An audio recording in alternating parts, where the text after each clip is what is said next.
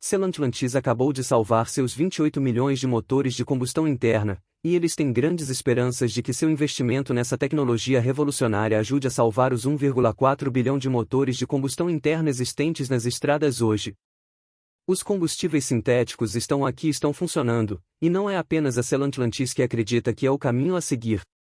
A Porsche investiu 100 milhões de dólares para torná-lo realidade, a Toyota se uniu à Exxon para popularizar os combustíveis sintéticos, e a Fórmula 1 está prestes a fornecer combustíveis 100% sustentáveis em apenas alguns anos.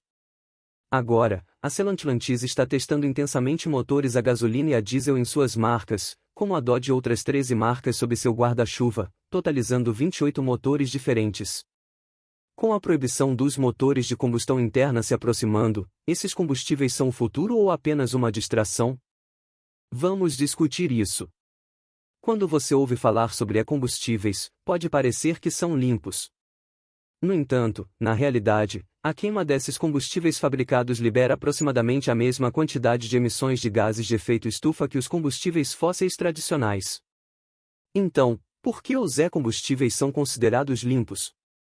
É porque eles são feitos de carbono que já está na atmosfera. Portanto, quando são queimados novamente, é neutro em carbono. Eles não estão exatamente resolvendo o problema dos gases de efeito estufa, mas também não estão contribuindo para ele. As empresas automotivas, como a Dodge e a Porsche, estão investindo nesses combustíveis sintéticos porque querem manter os motores a combustão interna em funcionamento. A Porsche tem uma divisão inteira chamada Porsche Classic, já que cerca de 150 mil modelos 911 fabricados entre 1964 e 1989 ainda estão rodando. Manter esses carros funcionando é um negócio bilionário. Ao investir em combustíveis sintéticos, essas empresas têm a oportunidade de continuar lucrando com os carros movidos a pistão. Mas o que são exatamente esses combustíveis e como eles se tornaram uma ideia digna de investimento? Os combustíveis, também conhecidos como eletrocombustíveis ou sintéticos, são uma categoria de combustíveis líquidos sintéticos de baixo carbono criados usando fontes de energia renovável, como solar, eólica ou hidrelétrica, e dióxido de carbono, CO2, ou monóxido de carbono, CO, capturados da atmosfera ou durante processos industriais.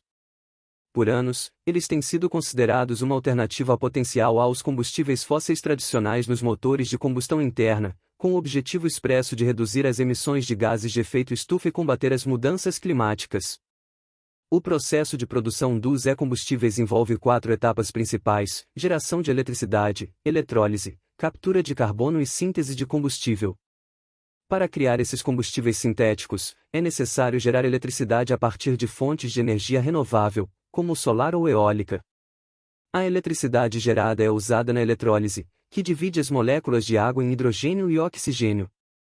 Em seguida, é necessário capturar carbono, seja da atmosfera ou diretamente de fontes industriais, como fábricas ou usinas de energia. Por fim, o hidrogênio obtido na eletrólise é combinado com o dióxido de carbono capturado para criar hidrocarbonetos sintéticos, que podem ser convertidos em combustíveis, como metano, metanol ou éter dimetílico, por meio de um processo químico. É importante ressaltar que não sou especialista em química, mas essa é a essência de como funciona. Existem vantagens e desvantagens nos combustíveis.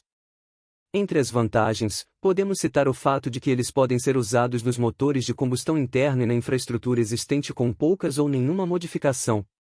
Além disso, podem ser misturados aos combustíveis tradicionais para reduzir gradualmente as emissões totais. Eles também podem ajudar a equilibrar as flutuações na geração de energia renovável, pois podem ser produzidos quando há capacidade de energia renovável excedente.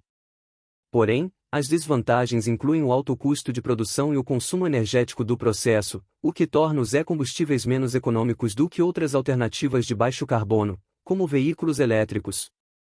Além disso, a eficiência geral do processo é muito menor em comparação com o uso direto de eletricidade renovável em veículos elétricos. Além disso, a adoção em larga escala dos combustíveis exigiria um investimento significativo em infraestrutura, como instalações de eletrólise, tecnologias de captura de carbono e plantas de produção de combustíveis sintéticos.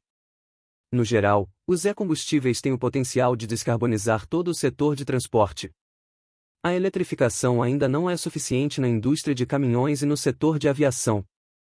A tecnologia de baterias ainda precisa evoluir para se tornar mais leve, eficiente e disponível a preços razoáveis para veículos elétricos. Nos aviões, por exemplo, o uso de baterias é inviável atualmente. Os e-combustíveis estão sendo analisados de perto pela indústria automotiva, pois se conseguirem desenvolver um combustível melhor para o meio ambiente, isso terá um efeito dominó em todos os setores de transporte. A tecnologia de bateria avançou muito, mas ainda tem um longo caminho a percorrer em termos de infraestrutura de recarga e disponibilidade de baterias de longo alcance a preços acessíveis. Atualmente, os veículos elétricos são em sua maioria reservados para a elite, enquanto as pessoas comuns tentam extrair mais vida de seus motores de combustão interna. É por isso que empresas como a Stellantis, Porsche e Toyota, e provavelmente mais montadoras no futuro próximo, estão investindo em e-combustíveis. Não estão abandonando totalmente os veículos elétricos, mas estão tentando encontrar uma solução alternativa para manter os carros movidos a pistão funcionando. Portanto, os e-combustíveis podem ser considerados uma opção viável para manter os carros em funcionamento e ajudar o meio ambiente ao mesmo tempo. No entanto, é necessário considerar as vantagens e desvantagens, bem como investimentos significativos em infraestrutura. Acredito que essa tecnologia tem potencial, mas também é importante continuar explorando outras opções, como o hidrogênio, e avançar no desenvolvimento de tecnologias mais limpas e sustentáveis para o setor de transporte. Além disso, é importante destacar que a geração de eletricidade ainda é um processo poluente. Em 2021, 38% da eletricidade nos Estados Unidos foi gerada a partir de gás natural, e a queima de carvão também é uma grande fonte de eletricidade.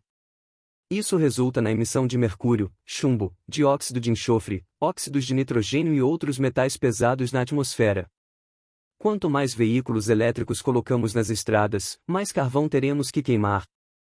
Por outro lado, os e-combustíveis produzidos a partir de eletricidade verde têm uma boa chance de alcançar a neutralidade de carbono. Portanto, podemos imaginar um mundo em que um motor de combustão interna de 1000 cavalos de potência seja neutro em carbono. Assim como a Coca-Cola percebeu que cometeu um erro com o New Coke e trouxe de volta a receita original do refrigerante mais popular do mundo após apenas 79 dias no mercado, as montadoras de automóveis parecem estar buscando vender tanto veículos elétricos quanto veículos movidos a combustíveis tradicionais. Precisamos de veículos elétricos, mas também precisamos de mais veículos com motores de combustão interna. Com a recepção mista do Dodge Charger Daytona SRT, um muscle car totalmente elétrico, a Stellantis está considerando potencialmente reviver a fórmula exata que tornou os muscle cars da Dodge um sucesso instantâneo nos anos 1960, grandes motores de combustão interna com números expressivos de cavalos de potência.